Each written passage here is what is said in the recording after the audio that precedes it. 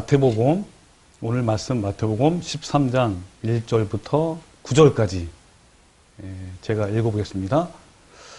그날 예수께서 집에서 나가사 바닷가에 앉으심에 큰 무리가 그에게로 모여들거늘 예수께서 배에 올라가 앉으시고 온 무리는 해변에 서 있더니 예수께서 비유로 여러 가지를 그들에게 말씀하여 이르시되 씨를 뿌리는 자가 뿌리러 나가서 뿌릴새 더러는 길가에 떨어짐에 새들이 와서 먹어버렸고 더러는 흙이 얕은 돌밭에 떨어짐에 흙이 깊지 아니하므로 곧 싹이 나오나 해가 돋은 후에 타서 뿌리가 없어졌으므로 말랐고 더러는 가시떨기 위에 떨어짐에 가시가 자라서 기운을 막았고 더러는 좋은 땅에 떨어짐에 어떤 것은 100배 어떤 것은 60배 어떤 것은 30배의 결실을 하였느니라. 끝에 가실과 시작. 귀 있는 자는 들으라 하시니라.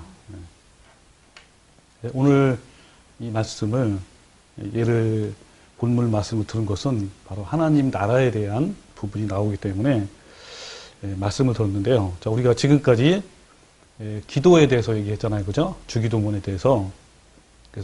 그래서 우리 바로 전주에는 하나님에 대한 기도를 할 때 먼저 하나님의 이름이 거룩히 여김을 받으라고 그걸 기도하라고 그랬잖아요. 하나님의 이름이 거룩히 여김을 받는 것은 하나님의 명예가 회복되는 것이고 이것을 또 우리한테 회복되기를 원하시는 거야. 누굴 통해서? 우리를 통해서. 그래서 먼저 나부터 자아를 죽이고 아름다운 성령의 열매를 맺어서 그것이 바로 빛과 소금의 역할을 하는 것이죠. 그리고 그 열매가 우리 가족에게 흘러가고 이웃들에게 흘러가서 점점점 하나님의 이름이 하나님의 영광이 확장되고 그런 것을 기도하라는 것이죠. 그다음 오늘 두 번째 내용은 하나님 나라가 임하기를 기도해야 되는데 우리가 바로 지난주에도 하나님의 나라가 도래하는 것이 바로 우리 성도들의 간절한 소망이잖아요. 그죠?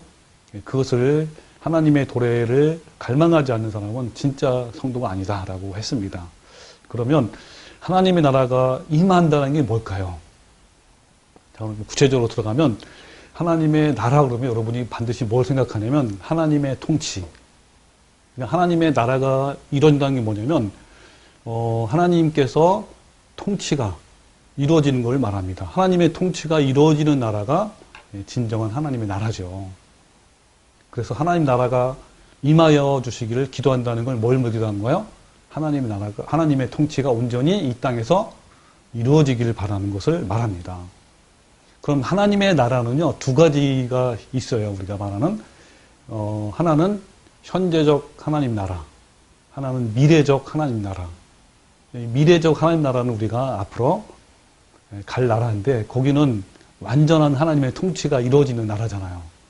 거기는 별 큰 문제 없죠. 그죠? 그럼 현재적 나라는 어떻죠? 그러니까 미래적 하나님 나라는 죄가 전혀 없잖아요. 그렇지만 현재적 우리 나라, 이 현재적 하나님 나라가 바로 각 그 성도들이 모여있는 교회를 말합니다. 교회가 하나님 나라예요. 그리고 각 개인도 마찬가지죠. 근데 현재적 이 하나님 나라인 교회, 이 공동체에는 죄와 고통이 있잖아. 그죠? 타락한 세상 가운데서 시작된 그런 나라이기 때문에 그런 거예요. 그래서 현재적 하나님 나라는 사단의 공격도 받고 막 흔들리기도 하고 타격도 받고 그러기 때문에 타락하고 막 혼돈을 경험할 수밖에 없는 그런 현재적 하나님 나라입니다. 이렇게 이제 하나님 나라가 이렇게 이 세상에 있으면서 점점 이제 완성되어서 결국은 이제 진정한 미래적 하나님 나라가 이제 다 도래하는 것이죠. 그래서 우리가 이제 기도하는 것은 뭘 말할까요? 미래적 하나님 나라가 도래하기를 간절히 기도하는 것도 물론 기도지만, 그러니까 미래적 하나님 나라가 도래하는 것은 바로 우리가 나그네 된 삶을 하는 거잖아요. 그죠? 또 한 가지는 현재적 하나님 나라. 우리 개인도 그렇지만, 이 교회가, 그죠? 하나님의 통치가 온전히 이루어지는 것을 말하는 거예요. 왜 우리가 하나님 나라가 임하기를 기도할까요? 우리 지난번에 잠깐 살폈지만 아담의 범죄로 인해서 무섭게 이 코로나 바이러스가 무섭게 번지는 것처럼 전 세계를 오염시켰어요. 뭐로? 죄와 부패와 이런 것들을 다 무력시키고 오염시켜서 말 그대로 현재적 나라가, 현재 이 세상이 쓰레기더미에 있는 그런 것이에요. 한 가지 예를 들면요, 그 필리핀에 아주 쓰레기 마을이 있대요. 이게 어떤 내용이냐면, 거기에는 쓰레기 더미에 위에다 집을 짓는 거예요. 그래서 많은 사람들이 쓰레기 더미에 이제 이렇게 집을 져서 사는데, 근데 그들을 가만히 살펴보면 불행한 거 아니에요. 참 거기서 행복하고 또 사실 불행해 보여야 되는데 거기 있는 사는 사람들 정작 행복하다는 거예요. 막 해맞기도 하고 도대체 왜 그럴까라고 이제 연구를 해보니까 거기에서 그 사는 사람들은요, 그곳에서 태어났고 또 주변 사람들 똑같이 그렇게 살고 또 그 위에 있는 아버지, 선조도 그렇게 살아왔고 또 본인도 그렇게 살아온 거예요. 그렇게 거기에서 어때요? 더럽고 비참한 삶을 살고 있다는 것을 감지 못해. 다 그렇게 살아왔기 때문에. 이것이 바로 오늘날 우리 죄로 오염된, 타락된 세상에 살고 있는 우리의 모습입니다. 우리가 살고 있는 이 땅, 이 세상이 어떻죠? 바로 쓰레기더미예요. 우리 부모도 그렇고 우리 선조도 그랬고 또 나도 그랬고 우리 자녀도 그랬고 죄로 오염된 세상에 태어나서 오염된 물을 먹고 쓰레기더미에서 지내다 보니까 온통 주변이 다 또 그러다 보니까 어때요? 불행한 것을 몰라요. 우리가 쓰레기더미의 삶을 모릅니다. 뭔가 잘못된지조차도 모르고 시기하고 질투하고 싸우고 갈등하고 미워하고 뭐 또 이 세상의 것들 때문에 염려하고 막 경쟁도 하잖아요. 근심하고 죄와 슬픔으로 비참하게 사는데도 불구하고 그거를 불행이라는 걸 모르는 거예요. 너도 나도 자연스러운 겁니다. 그렇게 비참하게 죽어가는 동료를 보면서도 이상하게 생각하지 않습니다. 이게 바로 쓰레기더미에 사는 삶이 너무 자연스럽게, 자유롭게 된 것이죠. 우리 삶이. 참, 이게 우리의 삶이고요. 근데 이것이 우리의 삶인 것에서 또 한 가지는 뭐냐면 교회도 마찬가지예요. 교회가 점점점 어때요? 죄로 오염돼 가지고 부패하고 타락해서 너도 나도 당연한 것을 여기에 현재의 교회 삶이 너무나 자연스럽게 그 위에 마치 교회도 쓰레기더미 위에 세운 것처럼 너무 자연스럽게 받아들이고 있다는 거예요. 하나님 나라가 임한 상태가 아닌데 하나님의 통치가 전혀 이루어지지 않는데 이루어지는 것처럼 착각하고 그래서 우리가 어때요? 이 하나님의 통치를 받는 하나님의 나라가 이 교회가 돼야 되는데 그렇지 않는 거예요. 사탄이 심어놓는 이 탐욕과 여러 가지 잘못된 곳에 다 미혹되어서 그대로 살고 있는 것이죠. 그래서 우리가 그 무너진 하나님 나라가 회복돼야 되고죠. 우리 개인도 그렇고 교회가 회복돼야 됩니다. 그것을 위해서 기도하라는 거예요. 먼저 나부터 기도하고 내가 하나님 나라 이루어져야 되고 내 주변에 있는 그 교회들이 또 이루어지도록 기도를 해야 됩니다. 그러면 그러기 위해서는 뭐가 중요하냐면 이 하나님 나라가 현재적 하나님 나라가 얼마나 어떤 상황인지 얼마나 타락하고 부패했는지를 먼저 알아야 돼요. 이게 너무 중요해요. 이거를 구별하지 못하고 이거를 탐지하지 못하면 나도 거기에 휩쓸릴 수 있고 또 우리가 기도를 해야 되잖아. 그걸 위해서 기도를 안 하게 되는 거죠. 얼마나 심각하고 얼마나 이것이 우리가 보기에 안타깝고 진짜 말 그대로 그것을 제대로 보지 못하면 정말 너무 위험하다. 그래서 우리가 특별하게 이제 현재적 하나님 나라가 얼마나 진짜 나쁜지를 우리가 알기 위해서 우리가 오늘 본문 말씀을 씨 뿌리는 비유를 들은 거예요. 여러분 그 마태복음 13장에 나오는 비유가 뭐냐면 천국의 비유예요. 즉 하나님 나라의 비유인데 거기에 몇 가지 비유가 있냐면 7가지 비유가 나옵니다. 자, 1절에 보면요. 아까 우리 한 거죠. 그날 하나님 예수님께서 집에서 나가사 바닷가에 앉으심에 큰 무리가 그에게로 모여 들거늘 예수께서 배에 올라가 앉으시고 온 무리는 해변에 서 있더니 예수께서 비유로, 그죠? 이 비유는 무슨 비유라고요? 하나님 나라에 대한 비유입니다. 여러 가지를 이제 말씀하시는 거예요. 그러니까 예수님이 이제 바닷가에 나오니까 엄청난 무리가 나오니까 예수님이 이제 그 무리들 때문에 이제 배에 이제 올라서고 무리들은 앞에 쓴 거죠. 그 많은 무리들한테 7가지 하나님의 나라의 비유를 얘기하는데 첫 번째 비유가 오늘 본문 말씀이에요. 바로 씨 뿌리는 비유죠. 4가지의 밭이 비유가 있고 두 번째 비유가 가라지 비유입니다. 가라지를 덧뿌리고 가서 이 가라지를 나중에 이제 따로 해서 이제 불에 태우죠. 그런 비유가 있고 세 번째 비유가 겨자씨. 조그만한 겨자씨가 나무같이 커서 이제 새가 깃드는 그런 비유고 네 번째 천국 비유가 누룩 비유죠. 무릇 섬 아래에 이제 누룩을 넣어서 부풀어서 온덩이에 퍼지는 누룩 비유고요. 다섯 번째는 밭에 감추인 보화의 비유입니다. 그래서 모든 걸 다 팔고 그 보화를 사는 비유고 여섯 번째는 진주 장사.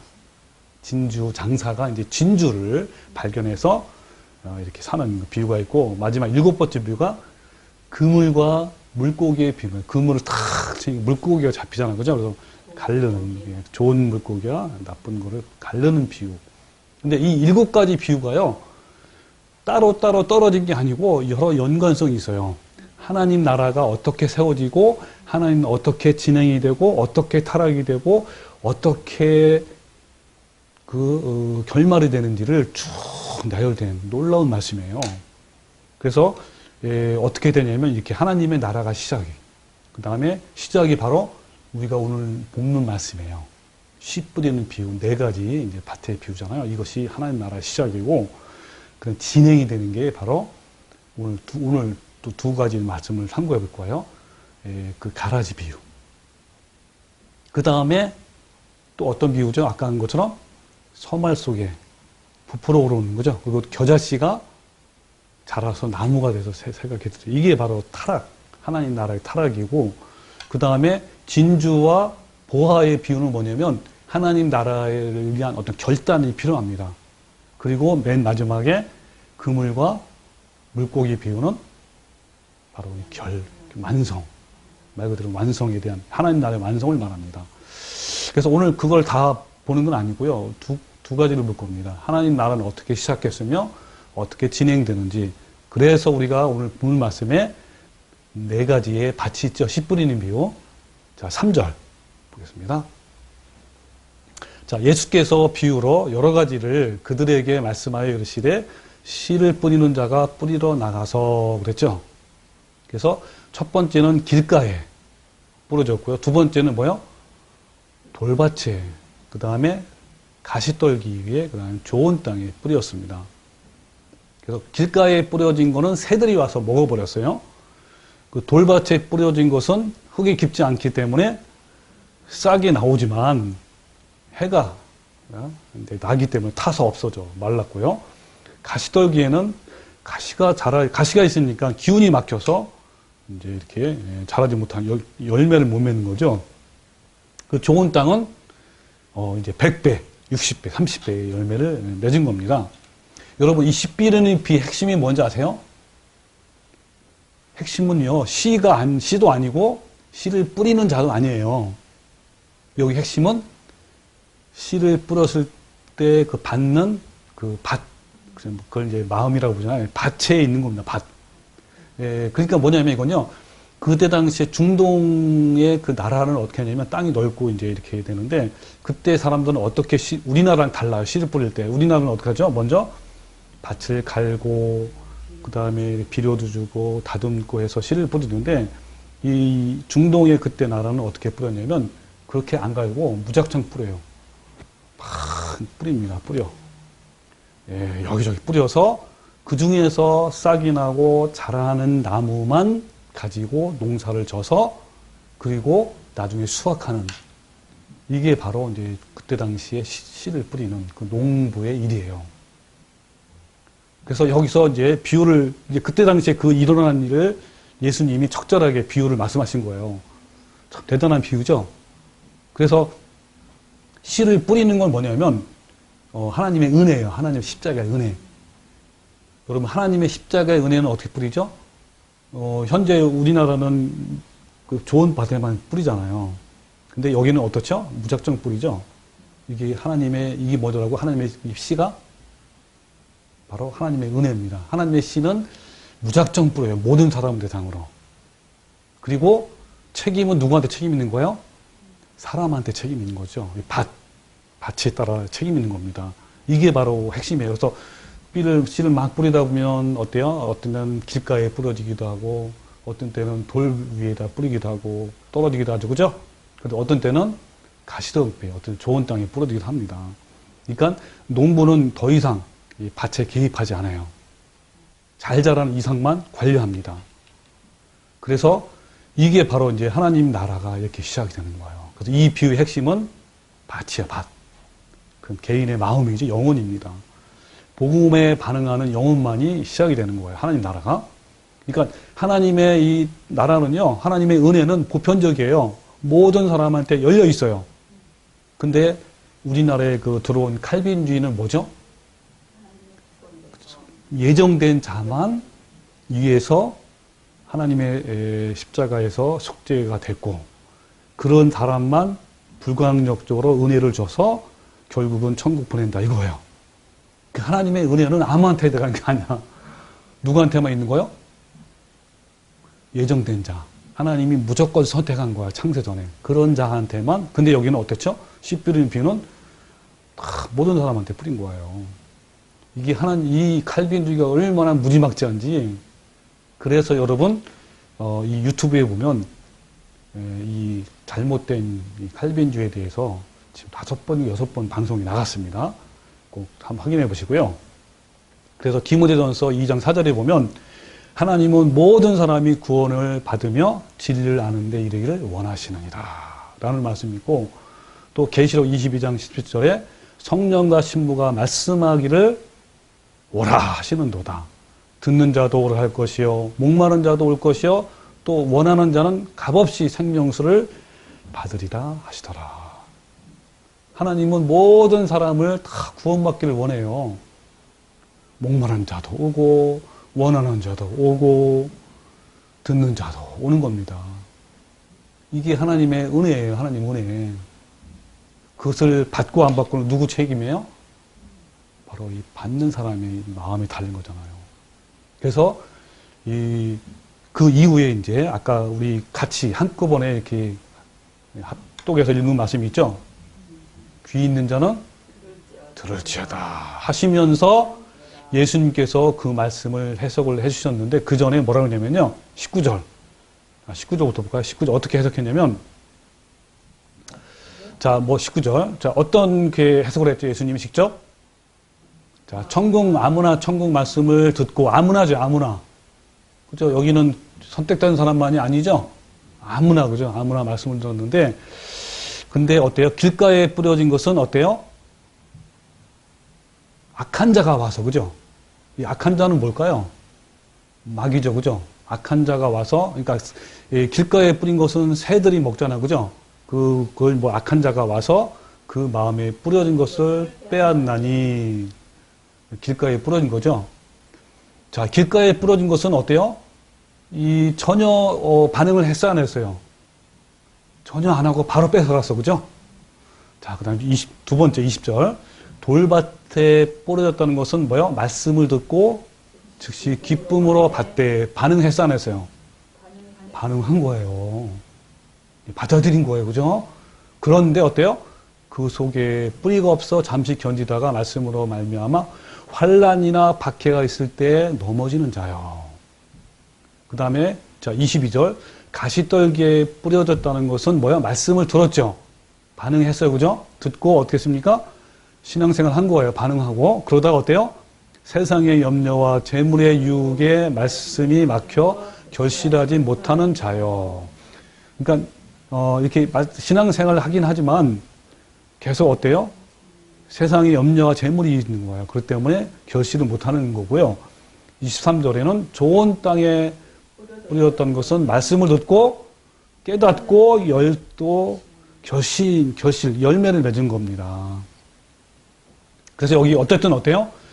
처음에 이 하나님 나라는 네 가지 밭이 있잖아요. 네 가지 밭이 있는데 반응은 4분의 3이 반응했어요. 4분의 3이 반응한 거예요. 처음에 반응을. 여러분 그 초대교회 때도 똑같아요. 초대교회 때 마가 다락방에 120문 성도가 기도하다가 성령이 임했잖아요. 그래서 막 그 120명 성도가 방언을 통해서 그때 당시에 10몇 개 나라가 언어가 다른 사람이 왔어요.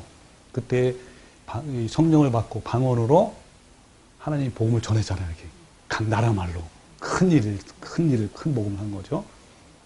그때 이제 베드로가 또 일어나서 이제 복음을 전합니다. 3,000명이 구원을 받았어요. 근데 어떤 반응이 있었냐면, 자, 첫 번째 이 반응은요, 사도행전 2장 12절에 이런 거 있어요. 다 놀라며 당황하여 서로 이르되, 이 어찌된 일이냐 하며, 또 어떤 이들은 조롱했어요. 조롱하여 이르되, 그들이 술에 취했다. 그런 거예요. 이 사람들은 길가에 부러진 거예요. 전혀 반응 안 했어요. 그러다 23절에는 어떤 반응이냐면, 그들이 이 말을 듣고 마음에 찔려 베드로와 다른 사도들에게 물어 이르되 형제들아 우리가 어찌할꼬 하거늘 마음에 찔렸어요. 어찌할꼬 하면서 그러다가 베드로가 그랬어요. 너는 회개하라. 돌이켜 회개하라. 그리고 죄 사함을 받으라. 그리하면 성령을 받을 것이다. 그러면서 3,000명이 구원을 받은 거예요. 3,000명이 반응한 거예요. 네. 자, 이것이 바로 뭐요? 아까 말한 여기서 이제 돌밭에 뿌려질 수도 있고 가시떨기에 뿌려질 수도 있고 좋은 땅에 뿌려진 것. 이렇게 하나님 나라는 시작한 거예요. 그래서 시작을 했는데 어떻죠? 돌밭에 뿌려진 것은 어떻습니까? 결국은 말로 없어지죠. 그죠? 그죠? 잠시, 그러니까 환란이나 박해가 있을 때는 넘어져요. 그리고 가시떨기에 부러진 거는 어때요? 세상의 염려와 재물에 때문에 어때요? 결실을 못 합니다. 그래서 제 생각은 그래요. 이 돌밭에 뿌려진 사람들도 교회를 나갈 수도 있어요. 계속. 그리고 가시떨기에 뿌려진 교회에 계속 남아 있을 수 있습니다. 어쨌든 결실을 이제 못한 거죠. 근데 어때요? 이 진짜 땅에, 좋은 땅에 뿌려진 말씀들은 이 진짜 하나님 나라가 끝까지 이제 가는 것이죠. 여러분, 그러면, 자, 이 말씀을 해석을 해줬어요. 누가요? 예수님이 어떻게 해석했냐면, 자, 아까 9절 끝에 귀 있는 자는 들으라 하면서 10절 말씀입니다.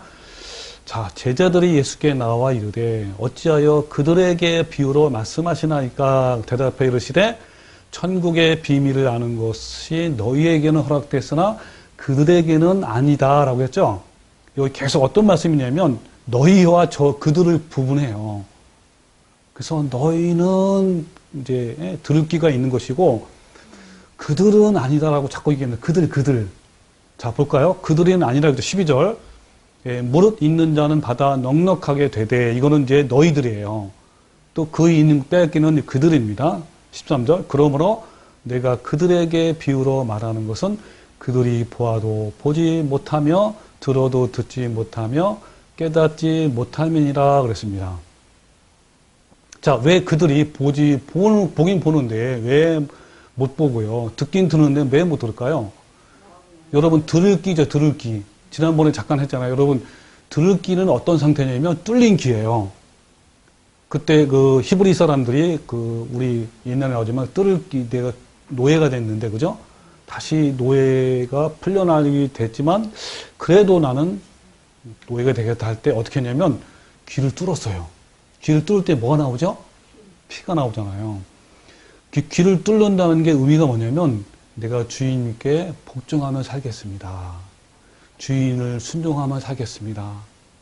그거는 바로 뭐냐면 예수님께 마찬가지예요. 우리가 주님을 위해서 복종하고 순종하는 마음 있잖아요.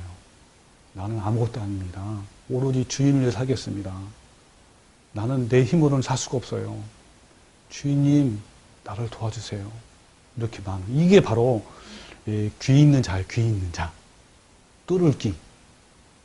그런데 여기서 그들은 어쩌습니까? 보긴 보지만, 그죠? 듣긴 듣지만 뚫을 귀가 없는 거죠.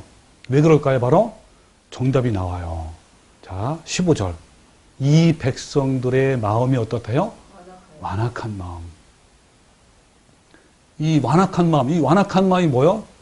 아까 말한 그런 밭이에요, 사실은.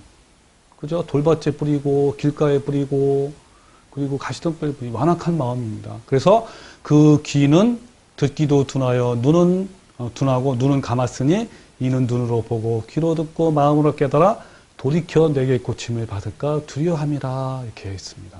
그러나 너희는 어때요? 너희 눈은 봄으로, 너희 귀는 들음으로 뭐가 있다? 복이 있다 그랬습니다. 그래서 하나님이 구약에 이스라엘 민족한테 뭐라고 하는지 아세요?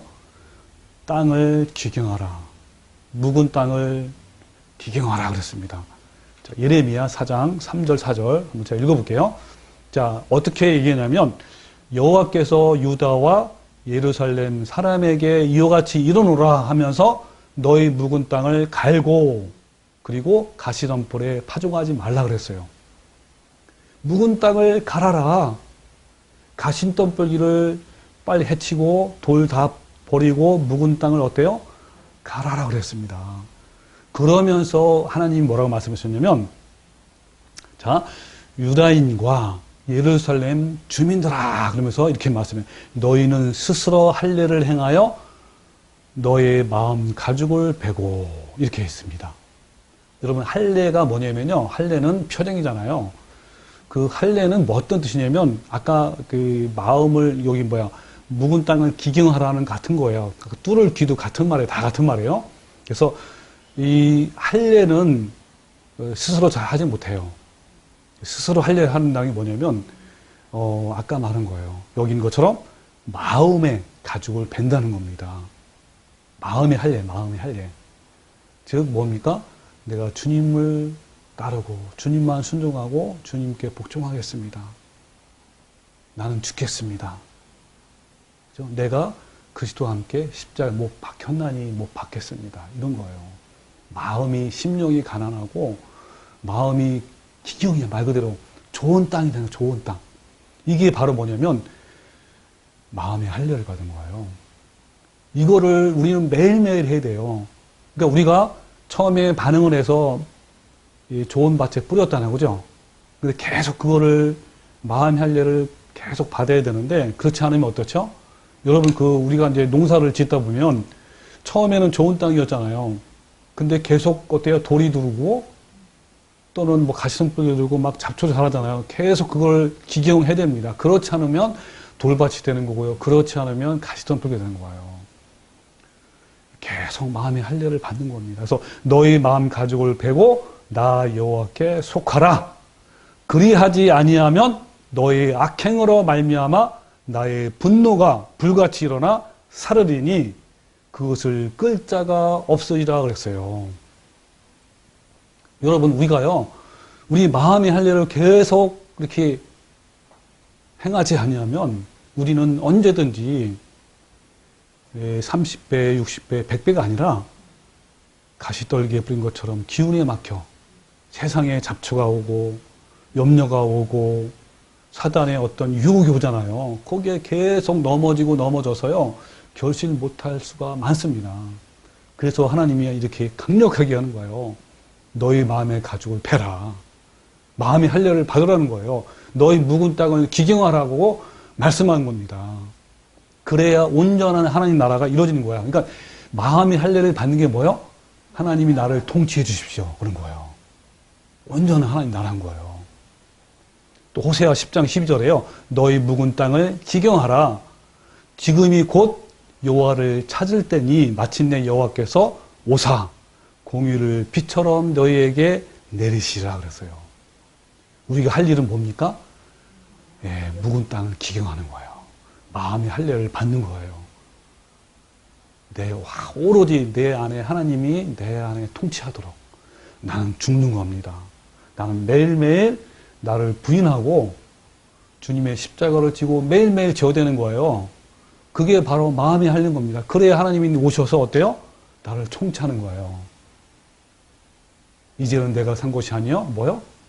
내 안에 계신 예수님께로 사는 것이라. 예수님이 내 안에 살려면 뭐부터 해야 됩니까? 내가 죽어야 되는 것이죠. 마음의 할례를 받아야 되는 겁니다. 이것이 바로 예수님의 성품을 닮아가는 삶을 사는 겁니다.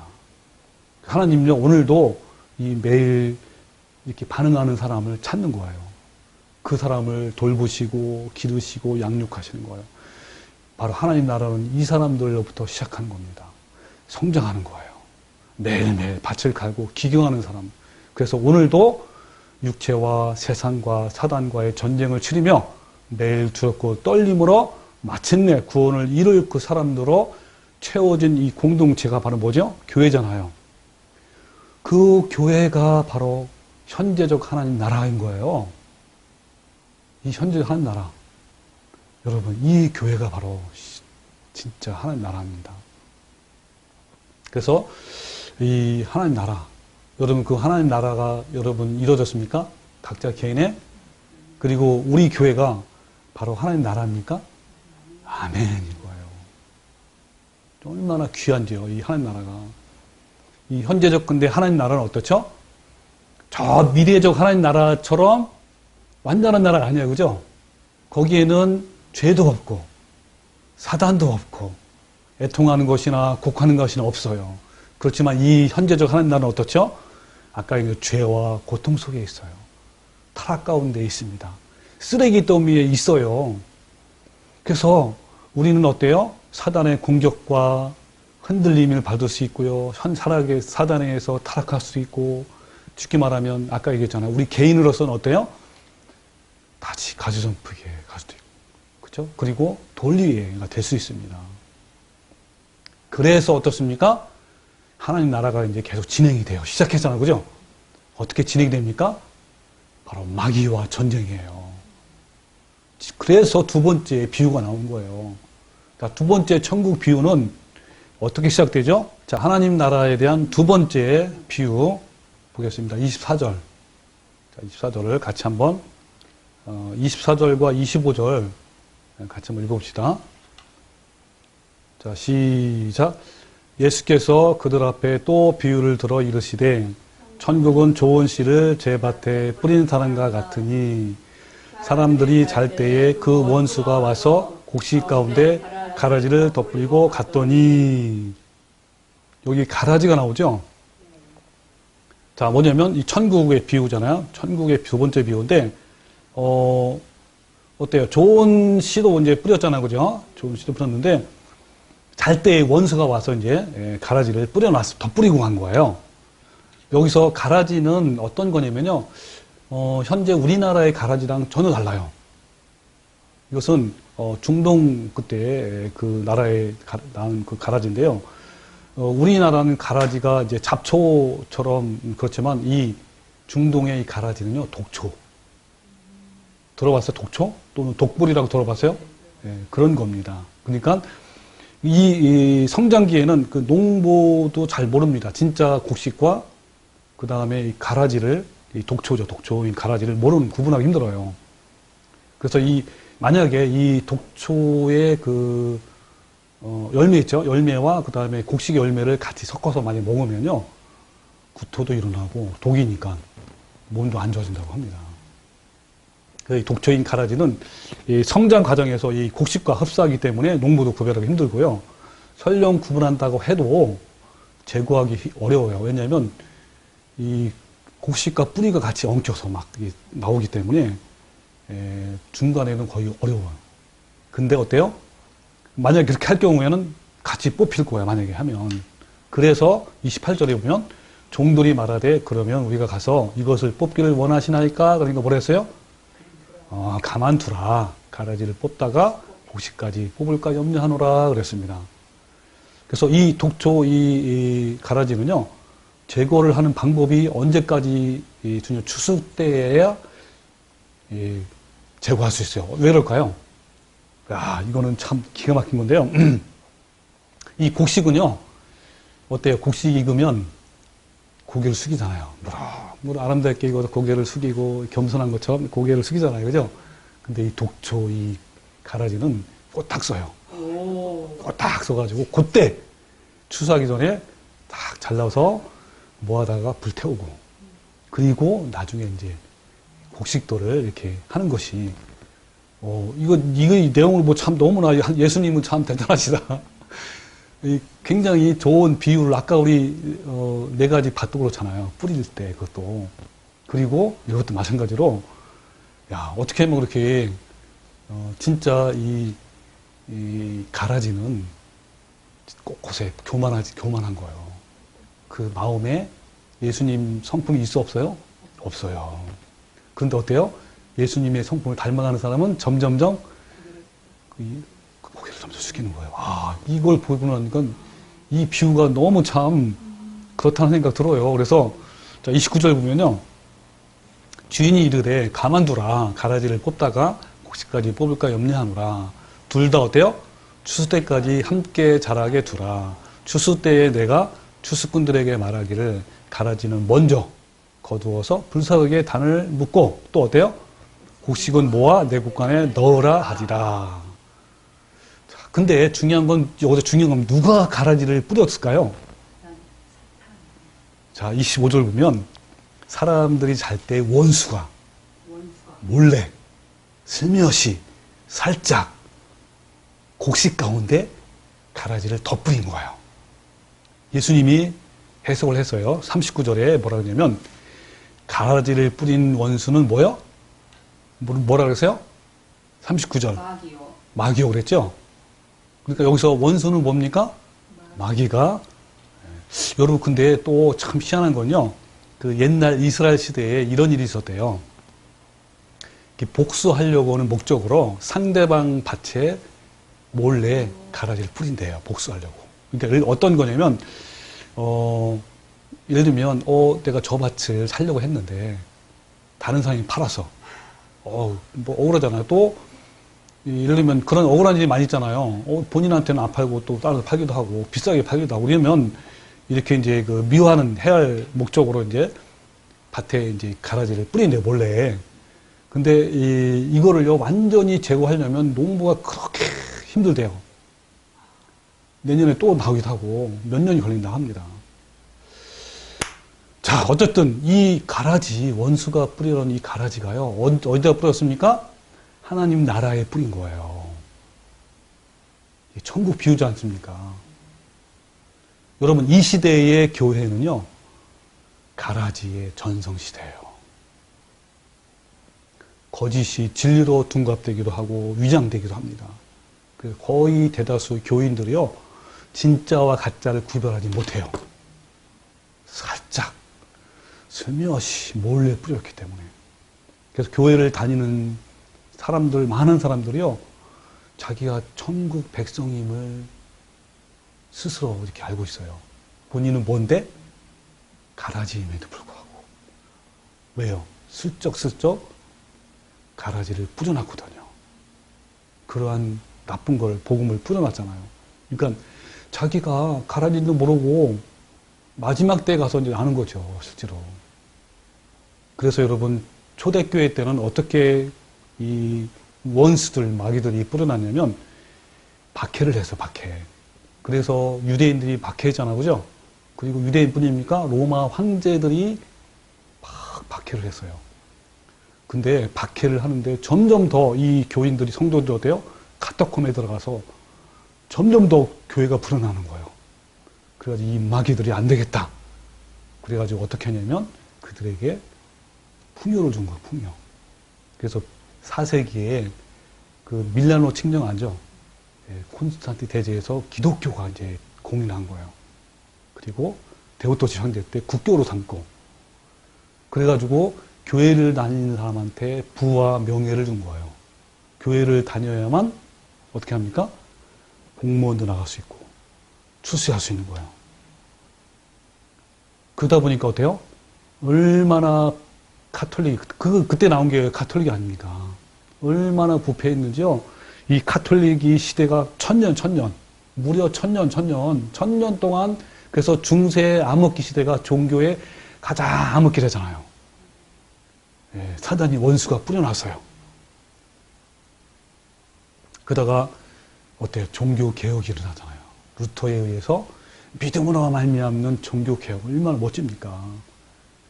그 교회가, 하나님 나라가 살아나는 듯 했는데, 그때 마귀는 또 원수는 뭘 뿌려놨냐면 아주 강력한 칼빈주의의 사상을 뿌려놓은 거예요. 이 칼빈주의 사상은요, 어거스틴은 뭡니까? 그때 당시에 교회에서 성경을 가져온 것이 아니고 신플라톤주의를 받아들인 거예요. 이교도의 그 교리를 받아들여서 그걸 합쳐놓은 게, 혼합된 게 바로 그때 당시에 이것을 그대로 어때요? 이 칼빈이라는 사람이 그대로 가져온 거예요. 그래서 그때 당시에 칼빈주의가 막 이렇게 그 칼빈이 막 세울 때 주위에 있는 친구들 다 반대했습니다. 이건 절대 아니라고. 이거는 진짜 이교도 중심이라고, 이교도에 가져온 거라고 하면서 반대했지만, 칼빈주의는 주위에 있는 친구들 다 치고 죽이기까지 했잖아요. 그러면서 이걸 했습니다. 오늘날까지 아주 얼마나 튼튼한죠, 이 뿌리가. 누가 뿌렸습니까? 원수마귀가 뿌려놓은 거예요. 그리고요, 1901년도부터 뭐가 다시 뿌렸냐면, 찰스 파함이란, 많이 들어봤을 거 아마요. 찰스 파함이 이 방언을 연구하면서 이 방언을 들여온 거예요. 찰스 파함이 신학교를 세웠는데, 거기서부터 이제 어느 한 여자가 기도하다가 방언이 터뜨린 거예요. 그 방언과 그 다음에 신유, 이것이 계속 점점점 발전됐고, 이것이 발전된 게 80년대 비냐드 운동. 비냐드 운동 아마 들어봤을 거예요. 그러니까 1901년도에 나온 찰스 파함이 이렇게 운동이 일으킨 건 오순절 운동이고요. 이 오순절 운동이 더 발전된 게 비냐드예요. 그래서 이 조영기 목사가 오순절, 그 다음에 비냐드를 다 가져온 거 아닙니까, 우리나라에. 그래가지고 막 기도하면서 웃고, 막 쓰러지고, 막 입신, 들어봤죠, 입신. 입신하고, 막 직통 계시를 받는 이 예언하는 이것이 막 막는 거야. 뭐, 치유의 은사니 뭐니. 이것이 더 발전되고, 더 조직적으로 된 게 뭔지 알아요? 2000년도에 피터 와그너에서 나온 신사도 운동. 피터 와그너가 이제 새로운 사도. 이 마지막 때에 이게 뭡니까? 이 복음을 전파하기 위해서는 옛날에 사도인 것처럼 사도가 돼야 된다. 그래가지고 피터 와그너가 사도가요. 그 자기가 사도를 임명해요. 이렇게. 조직적으로. 이때 당 조직적으로 이 오순절, 비냐드 조직적으로 된 거예요, 이게. 그래서 여러분 꼭 들어봤어요? 알파코스? 알파코스는 무조건 이거는 신사도 쪽이에요. 그 다음에 G12 들어봤죠? G12. 그 다음에 금리빨 바뀌는 거. 금리빨. 그 다음에 금가루 사요. 금가루가 내리는 거. 그 다음에 관상기도를 외치는 거 꼭 주의합니다. 관상기도. 그 다음에 성공신학, 번영신학. 왜냐하면 이 오순절이라든지 신사도 운절, 이 성령 은사주의는요, 반드시 번영주의와 연결되게 돼 있어요. 축복주의, 성공주의. 이건 필수입니다. 그 다음에 늦은 비 운동. 조심해요. 늦은 비 운동 나오면. 그 다음 백투 예루살렘. 그 다음에 치유의 부흥운동. 뭐 이런 것들 나오잖아요. 열방이 나오죠. 열방. 조심해요. 열방 나오면 대부분 다 이런쪽 계열인 겁니다. 그 유명한 단체가 뭐냐면 미국에 있는 IAP 24시간 기도회라고 있어요. 그리고 우리나라 KAP도 있고, 그 다음에 YM 알죠? 예수전도단. 전부 다 어떤 계열이냐면 이런 계열이에요. 그 다음에 CCC도요 전부 다 이렇게 변해있어요. 그 다음에 인터컵 들어봤죠? 인터컵. 이쪽도 전부 다 이쪽 계열입니다. 그래서 이 부분에 대해서는 나중에 기회가 되면 자세하게 한번 알아봅시다. 하나님 나라가 어떻게 무너져가고 타락돼 가는지. 예. 그리고 1948년도에 WCC가 뭐죠? 종교통합운동. 이 주체가 누구냐면 로마 가톨릭이에요. 그래서 요즘에는 WEN가? 이것까지 발전해서. 그래서 좀 WCC가 48년도니까 지금 70년 넘어가요. 그러면서 여기에 가입된 사람이 얼마나 많은 교회가 많은지요. 종교 통합운동. 이것이 다 누가 뿌리는 겁니까? 마귀가, 원수 마귀가 계속 뿌려는 거예요. 그 외에 수많은 어떤 게으름이라든지 무관심, 세상의 어떤 쾌락이라든지 이런 것들을 뿌려놓은지요. 수많은 이 가라지 독처에 의해서 무너지고 또 하나님 나라가 무너지고 또 무너지고 또 무너진 거예요. 와, 얼마나 무너졌는지요. 여러분, 이거를 마지막 시대의 사탄의 전력이라는 이런 제목으로 어느 교회에서 이걸 만들었어요. 그 글을 제가 한번 읽어보겠습니다. 영상에도 나왔는데, 제목 마지막 시대의 사탄의 전략. 자, 읽어볼게요. 친애하는 마귀들아, 우리는 지난 수천 년 동안 하루도 쉬지 않고 하나님과 커다란 전쟁을 치러왔다. 우리는 아담과 하와를 유혹하는 데 성공하였고 가인을 통하여 아벨을 죽이는 데도 성공하였다. 유대인들의 신앙을 바짝 메마른 율법주의로 전락시켜 버림으로써 하나님의 사랑과 말씀을 가리우는 데 성공하였고 예수를 십자가에 못 박아 죽였다. 12제자들로 인하여 복음의 능력이 나타나자 잠시 우리가 수세에 몰리는 듯 했지만 거기에 굴하지 않고 그리스도인을 박해했다. 그러나 원형극장에서 한 사람이 죽었을 때에 10사람이 그리스도인으로 되는 것을 보면서 우리는 급히 전략을 수정했다. 박해 대신에 자유와 풍요로 준 것이다. 그 작전은 대성공이었다. 교회가 재물과 탐욕에 빠져있는 동안 가짜 복음과 거짓 교리들을 넣어서 진리를 제거하는 데 크게 성공하였다. 돌이켜보건대 중세는 참으로 우리 마귀들의 전성기였다. 천년의 긴 종교 암흑시대가 끝나갈 즈음에 터진 루터의 개혁운동으로 최고의 위기가 왔었다. 그러나 우리는 교단과 교리주의에 빠지도록 유도하여 위기를 극복하였다. 이때 당시에 여러분 종교 개혁을 하면 과정을 보면요, 참 한편으로는 진짜 믿음으로 외쳤지만 한편으로는 얼마나 서로 싸우고요, 종교 개혁자들끼리 서로 잘못하고 죽이고 핍박하고, 특히 칼빈주의가 얼마나 많은 사람 죽였는지요. 그런 거예요. 그 다음에 읽어볼게요. 이제 우리는 마지막 시대에 돌입했다. 바로 우리 시대예요. 이제부터 시작되는 전쟁이야말로 우리 모두의 운명이 결정날 것이다. 어떻게 하면 이 전쟁에 승리할 것인가? 우리는 더 이상 사람들이 교회로 몰려드는 것을 막을 필요가 없다. 이미 세속적 정신과 비진리로 인해서 복음의 능력을 잃어버렸기 때문이다. 또한 그들의 기도를 막을 필요가 없다.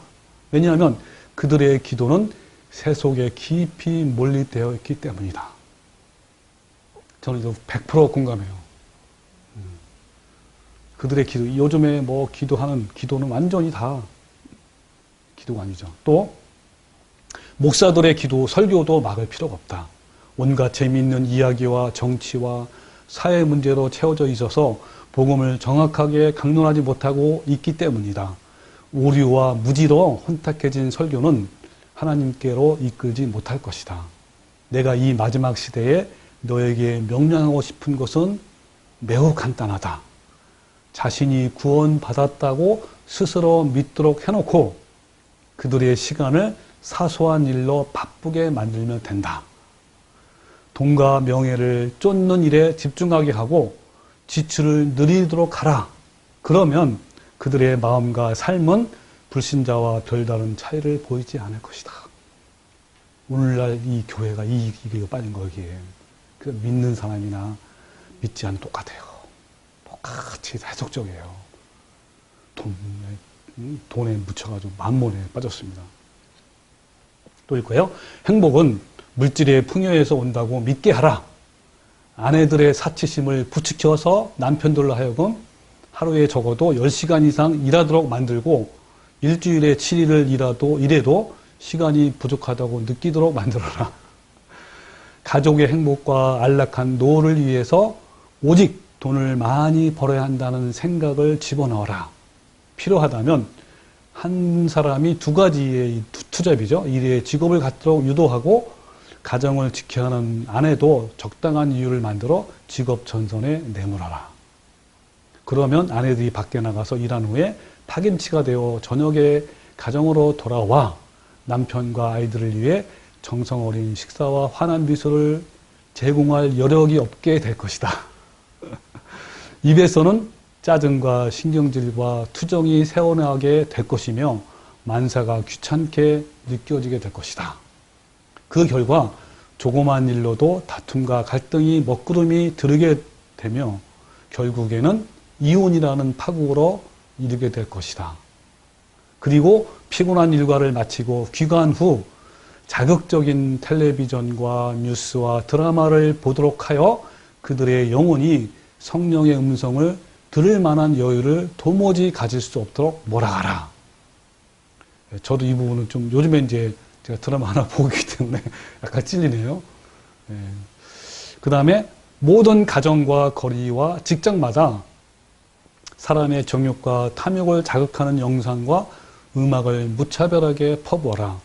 어디를 가든지 신문과 잡지와 라디오와 텔레비전과 인터넷 앞에 앉아서 시간을 보내도록 만들어라. 광고와 연예 뉴스 그리고 영화를 통하여 불결하고 음란한 생각과 말들이 늘 마음속에 머물도록 만들어라. 그리하여 청년들의 신앙과 도덕과 윤리를 무너뜨려 결혼에 대한 가치관을 혼란케 하라. 이 청년들이 가장 약한 게 사실 이런 정욕이거든요. 거기에 이제 무너지도록 하는 것이죠. 또 토크쇼에 나오는 사회자와 출연자들을 통하여 이 사회의 가치관과 풍조를 부도덕과 불법으로 망가뜨려라. 그리하면 동성연애와 불륜과 이혼을 타당하게 생각하는 것이 지성인이라고 생각할 것이다. 이미 이건 됐죠. 요즘 지성인은요 동성애를 절대로 반대 안 해요. 동성애를 반대하면 지성인이 아니에요. 또 다음으로 일주일 내내 바쁘게 만드는 것이 가장 중요한 우리의 전략이다.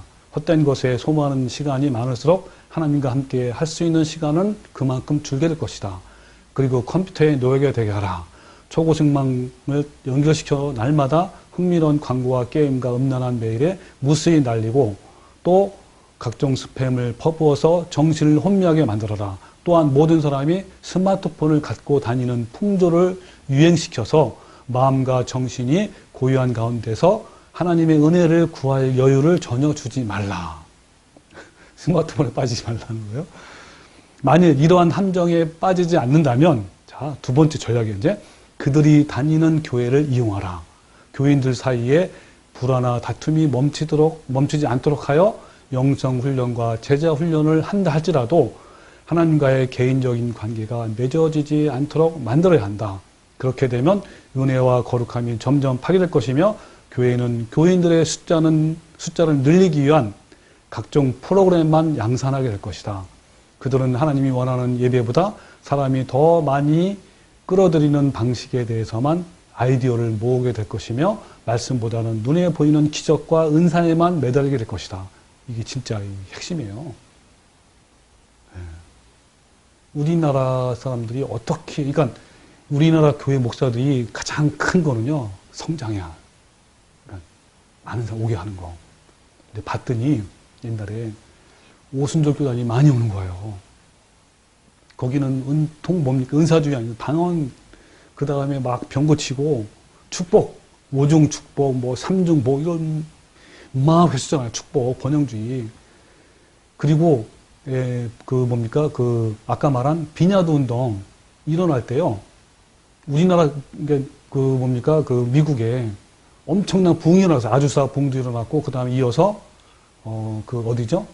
캔사스시티 이런 데 막 부흥도 일어나고 가보니까 다 그거예요. 병 고치고 막 방언하고 막 쓰러지고 그걸 다 배우고 와가지고 우리나라에 한 거예요. 자, 그들이 원하는 기적을 초자연적으로 방법으로 보내줌으로써 영혼을 훔칠 수 있는데 그것으로 그들은 우리의 완전한 대리인이 될 것이다. 만일 교회를 크게 성장시키는 일과 각종 기적과 은사를 넣어주는 일에 성공하기만 한다면 교회는 우리의 가장 효과적인 서포터들이 될 것이다. 그러면 교회는 결국 하나님을 섬기는 일과 무당의 귀신을 모시는 것을 분간하지 못하는 지경까지 이르게 될 것이다. 또한 교인들에게 정치적인 문제와 사회적 이슈에 집착하게 만드는 것도 좋은 방법 중에 하나일 것이다. 목사로 하여금 특정 정치인에 대하여 지지하는 설교를 하도록 해서 교인들의 마음을 예수와 진리에 무관심하게 만들어라. 교인들은 자신이 지지하는 정치인과 사회적 이슈를 주장하며 다툴 것이며 급기야는 교회 안에 말씀이 사라질 것이다. 그래서 우리가 정치에 대해서 관심은 얼마나 있지만 거기에 매몰되면 안 돼요. 네. 이것이 다 전략이에요. 마귀 전략. 마지막 마귀가 어떻게 하냐면 이렇게 하는 거예요. 친애하는 마귀 형제들아 하면서 우리는 사람의 시간을 빼앗는 일에 우리가 가지고 있는 모든 정력을 쏟아 부어야 한다. 이 말씀이 되게 마음에 꽂혔는데, 왜냐면 내가 이렇게 자유함을 얻었잖아요. 시간에 너무 좋아요. 그래서 근데 때에 따라서는 예를 들면 이제 어느 학교에서 나를 교장으로 이제 오게 한다든지 이러면 거기에 넘어갈 것 같아. 네. 그런 생각이 들더라고요. 그러면 안 되죠. 그들의 시간을 빼앗을 수 있다면 예수를 만나지 못하고 말씀을 올바르게 깨닫지 못한 채 세상과 교회 안을 방황하다가 지옥으로 오게 될 것이다. 지옥으로 꼭 명심하라. 이것이 오늘날 내가 너에게 주고자 하는 중요한 명령이다. 그런 거예요. 얼마나 치밀해요. 여러분, 이것이 바로 사단이 지금까지 계속 뿌려놓은 거예요. 가라지를 뿌려놓고. 마지막 시대는 더 할까요? 아니면 덜 할까요? 계속 뿌려내는 거예요. 그래서 여러분, 이 알곡과 가라지의 구별은요, 아까 저 추수 때가 되면 나타나는 거예요. 여러분, 주위에 있는 사람을 보십시오. 정말 저 사람이 내 자아가 죽었는지, 아람날 그거 아니면요, 다 그런 겁니다. 여러분, 지금도 우리는 구별할 수가 있어요. 가라지는요, 결코 열매를 맺을 수 없습니다. 참과 거짓은 열매를 보면 알 수 있다 그랬어요. 내가 가라지인지 알곡인지 알 수 있는 방법은 뭐예요? 내 안에 예수님의 성품이 있는지 없는지, 그거예요. 여러분, 이걸 보면 알 수 있어요. 그래서 마태복음 3장 8절에 보면요, 그러므로 회개에 합당한 열매를 맺고 속으로 아브라함이 우리 조상이라고 생각하지 말라 그랬어요.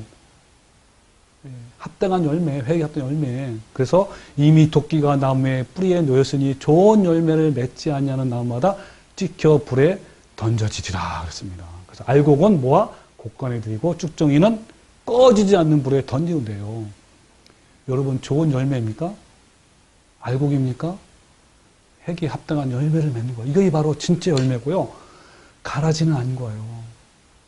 또 요한복음 15장 1절에 보면 나는 참 포도나무여 내 아버지는 농부라 내게 붙어있어 열매를 맺지 않는 가지는 아버지께서 제거해 버리고 어때요? 그것을 불에 태운다 그랬잖아요. 붙어있는 게 뭐냐면요, 사람이 내 안에 거하지 아니하면 그랬어요. 내 안에 거하는 것이 뭔지 알아요? 계명을 지키는 거예요.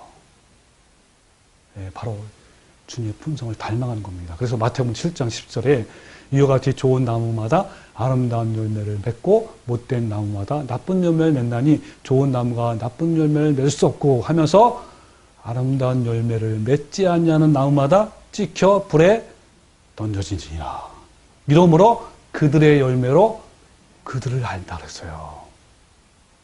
열매로 하는 열매로. 열매가 뭐예요? 심판의 근거예요. 그래서 열매가 없으면요, 가라지처럼 뽀딱 서가지고 교만하잖아요, 다들. 어떻게, 그 안에 예수님 성품이 없어요. 다 잘라서 어떻게 되는 거예요? 불태워지는 거예요. 마지막 심판을 받는 겁니다. 그러나 아름다운 열매를 지면, 주님, 저는 죄인입니다. 주님, 저는, 죄인 중에 괴수입니다. 저는 선한 것이 없습니다. 주님. 하면서 내 자아를 매일 죽이는 겁니다. 더 낮아지고 또 낮아지고 또 낮아져서 이런 것이 바로 진짜 알곡이에요. 여러분, 잘못된 교리, 사탄이 뿌려놓은 독초에 물들인 이 독초는요, 예수님의 성품에 관심조차 없어요. 여러분, 이것을 어떻게 됩니까? 하나님 나라를 회복해야 됩니다. 이걸 위해서 기도해야 되는 거예요. 오늘날 대다수 그리스도인들이요, 진정한 변화의 기쁨을 경험하지 못합니다. 왜 그럴까요? 너무 안타까운 것은요, 잘못된 교리에 넘어가서 다 똑같아요. 요즘은요, 옛날은 그죠? 그 장로교나 뭐죠? 또 감리교, 이거 다 각각 달랐어요. 교리. 근데 다 똑같아요, 이제는요. 별반 차이 없어요. 거기에 다 물든 겁니다. 쓰레기 더미에. 너도 쓰레기요, 나도 쓰레기요, 다 쓰레기니까 똑같은 거예요. 그러니까 이게 모르는 겁니다. 예? 이것이 회복돼야 되는 거예요. 그리고 여러분, 진짜, 이 가라지 속에 진짜 열매가 있어요, 진짜. 그들은 괴로울까, 안 괴로울까요? 괴로워요. 지금도. 그래서 요즘은요, 가난한 성도가 많대요. 가난한 성도가 뭔지 알아요? 안 나가 성도. 교회 안 나가고 집에서 혼자. 왜냐면 너무 그게 보기 싫은 거예요. 그거 다 보이잖아요. 진짜 하나님을 아는 사람은 다 보여요. 못 가는 거예요. 저도요, 진리를 깨닫고 나서부터 교회를 나갈 수가 없는 거예요. 어느 교회도 가면은 다 똑같으니까. 진짜 이게 너무 불행인 거예요, 이게. 지금도요, 안 나가 성도 많아요. 가난한 성도. 그들 기도합시다. 그들이 이 유튜브의 말씀을 들어서, 정말, 거기서 또 교회 세워지고, 또 우리 가서 도와주고, 이런 걸 우리가 한번 같이 합시다. 여러분, 이것을 위해서 기도하는 것 같이요. 예? 마지막 때는 여러분, 이것이 다 드러나잖아요. 여러분, 그래서 하나님께서 두 번째는 뭐라 그랬죠? 기도? 하나님의, 첫 번째는 하나님의 이름을 위해서, 그죠? 하나님의 이름이 거룩히. 두 번째는 하나님 나라가 임하기. 하나님 나라 임하는 게 뭐라고요? 하나님의 통치가 온전히 이루어지는 거예요. 그걸 위해서 기도합시다. 그래서 기도하는 건 그래요. 나 먼저 하나님 나라가 임의 통치가 이루어지고, 그러니까 소금이 되는 거죠. 그게 우리 가족한테, 내 아들한테, 내 자녀한테, 내 남편한테, 아내한테, 그리고 할머니한테, 그리고 내 이웃한테, 친지한테 흘러가는 거예요. 그리고 또 한 가지 뭡니까? 여러분 열심히 기도해야 될 게 뭐냐면, 이 유튜브 나가는 이 기도, 이 영상이요, 많은 사람들이 가도록 좀. 그래서 듣고, 자기도 이제 심령이 가난해서, 주님 하면서 알곡이 되는, 그래서 그러한 하나님 나라가 세워지는 그러한 기도합시다. 하나님 나라가 임하여 주시옵소서. 이런 나를 기도하는 성도가 되기를 주님의 이름으로 축원합니다. 아멘.